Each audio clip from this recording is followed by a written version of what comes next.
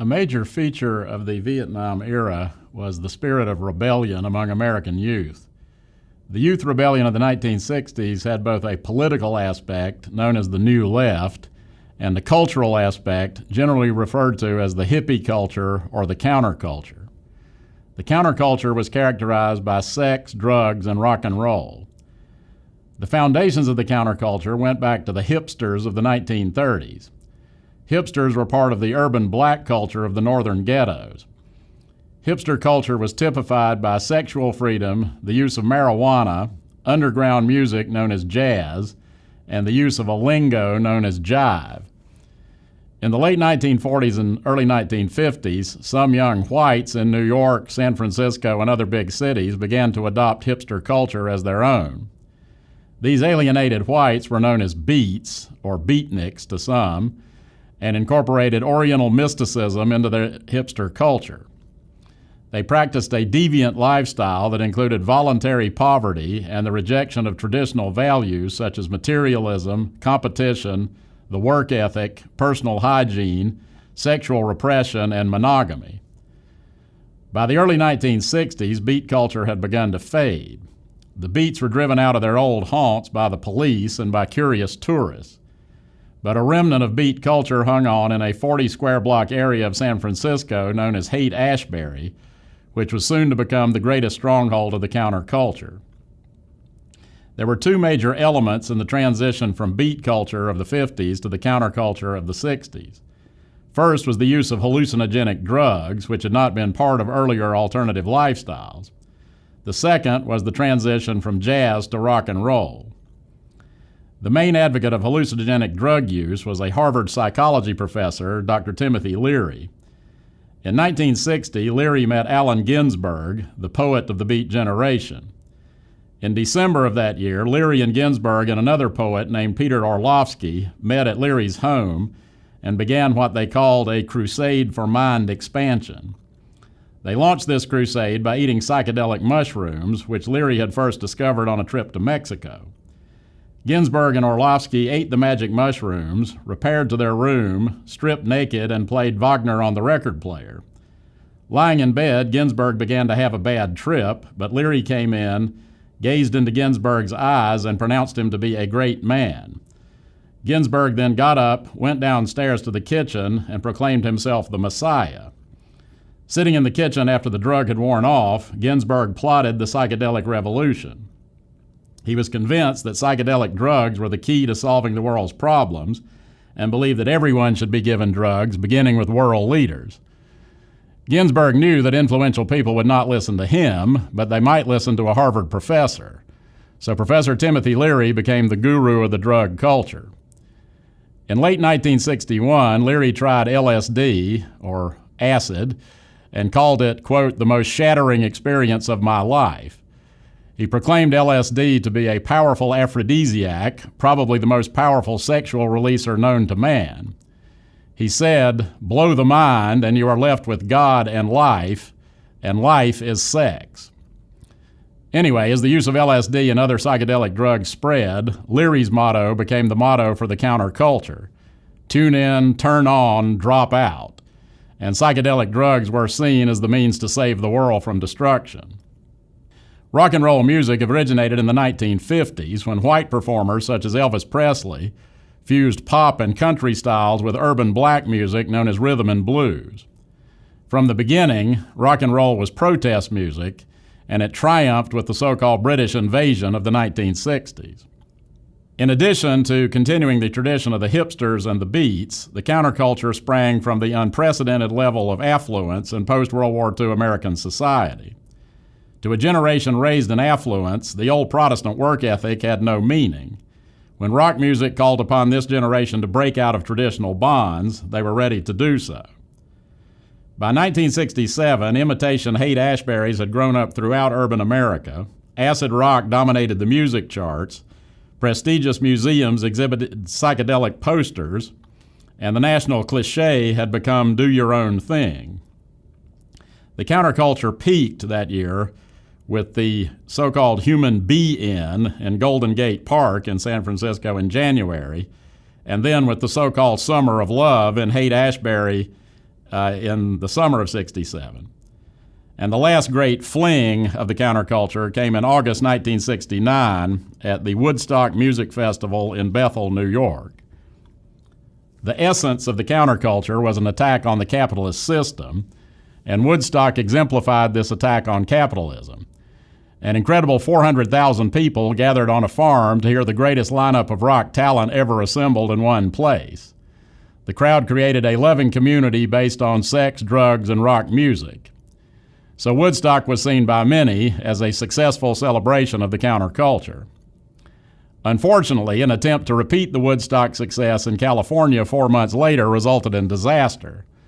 For this festival at the Altamont Motor Speedway in Livermore, California, the Rolling Stones hired members of the Hells Angels motorcycle gang to provide security in return for $500 worth of beer. During Mick Jagger's performance, drunken angels beat a black man to death in front of the stage. 3 other spectators were accidentally killed.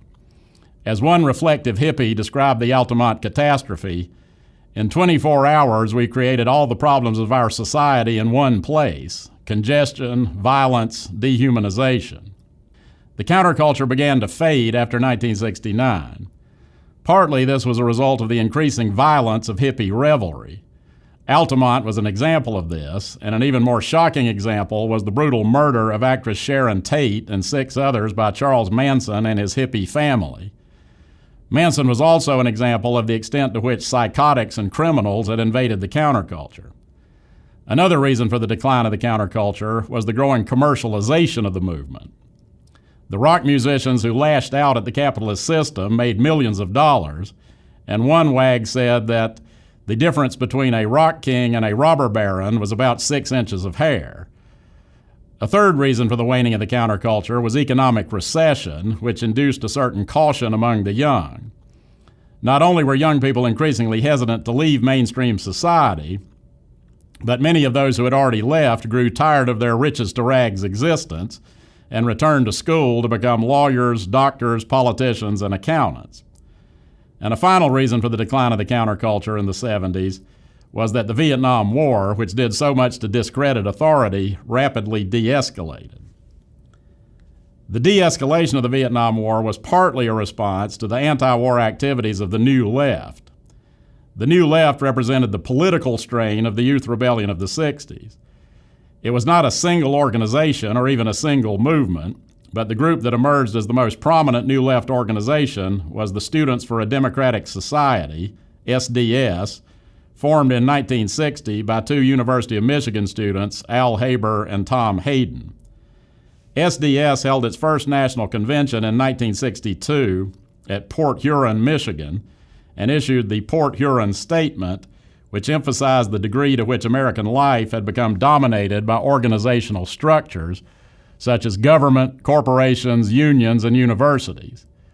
The university was the logical place for students to start working to break down these organizational structures and restore what they call participatory democracy. The first major confrontation between student radicals and university administrators came in 1964 at the University of California at Berkeley. Cal Berkeley was huge and sprawling, heavily bureaucratized, and drowning in a sea of red tape. When President Clark Kerr tried to place restrictions on political activism by students, a large group of students staged a sit-in protest. In December 1964, a student named Mario Savio, who was an electrifying speaker, organized the Free Speech Movement, or FSM. The ideas and tactics of the FSM soon spread to other universities. In California, the immediate effects of the free speech movement included the radicalization of a significant number of students, the popularization of the slogan, "You can't trust anyone over 30, and an important issue in the 1966 governor's race, won by a conservative Republican named Ronald Reagan. Up until 1965, most student unrest was directed at university administrators. But as American involvement in Vietnam grew and more students became subject to the military draft, college students increasingly focused their protests on the Vietnam War. During 1965, the first anti-war teach-in was held at the University of Michigan.